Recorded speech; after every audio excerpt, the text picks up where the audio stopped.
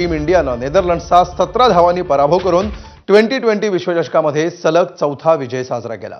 या स्पर्धेच्या अ गटामध्ये भारतानं अमेरिका, नामिबिया, पाकिस्तान आणि नेदरलँड्स या चारही प्रतिस्पर्धी संघांना हरवण्याची कामगिरी बजावली। पण अखेरच्या साखळी सामन्यामध्ये नेदरलँड्सनं भारताला विजयासाठी संघर्ष करायला लावला। भारतानं या सामन्यामध्ये नेदरलँड्सला विजयासाठी 194 धावांचं आव्हान दिलं होतं, पण नेदरलँड्सला 20 षटकामध्ये 7 बाद 176 धावांचीच मजल मारता आली। त्याआधी भारतानं 20 षटकांमध्ये 6 बाद 193 धावांची मजल मारली होती। भारताकडून शिवम दुबेनं 31 चेंडूंमध्ये 4 चौकार आणि 6 षटकारांसह 66 धावांची तडाखेबंद खेळी उभारली। तिलक वर्मानं 31, सूर्यकुमार यादवनं 34 आणि हार्दिक पंड्यानं 30 धावांची खेळी केली।